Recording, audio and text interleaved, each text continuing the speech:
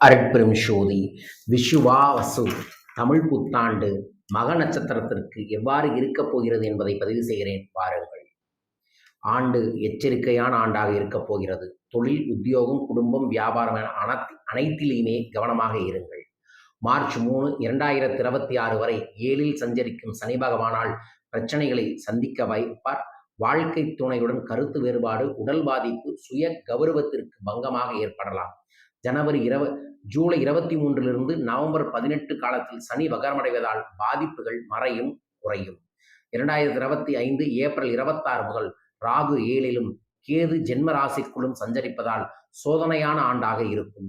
குடும்பத்தில் நிம்மதி குறையும். தவறான நட்பால் சிக்கல்கள் ஆளாகலாம். ஒழுக்கமாக இருப்பவர்களுக்கு நல்லது நடக்கும். இல்லை என்றால் தடுமாற்றங்கள் ஏற்படலாம். காளி வழிபாடு, துர்க்கை வழிபாடு கைமேல் பலன்களை ஏற்படுத்தி தரும்.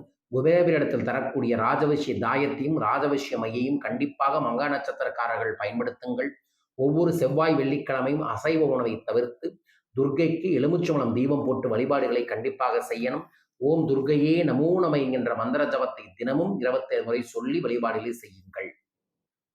பொதுவான பலனாக 7ல் ராகு, சனி ஜென்மராசிக்குள் கேது சஞ்சரிப்பதால் குருவின் சஞ்சாரம், பார்வைகள், சூரிய செவ்வாய் சஞ்சாரம் அனைத்திலும் பாதுகாக்கும். தசாபுத்தி சாதகமாக இருந்தால் படிப்பு, வேலை, திருமணம், குழந்தை பாக்கியம், புதிய தொழில் கனவு நிறைவேறும். தொழில் முன்னேற்றங்கள் பெறும். கம்ப்யூட்டர், மருத்துவம், ஏற்றுமதி இறக்குமதி, ரியல் எஸ்டேட், பங்குச்சந்தை லாபங்கள் தரும்.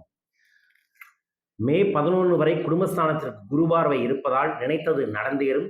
மே 11 முதல் சப்தமஸ்தானத்திற்கு குருபார்வை கிடைப்பதால் தம்பதி ஒற்றுமை கூடும்.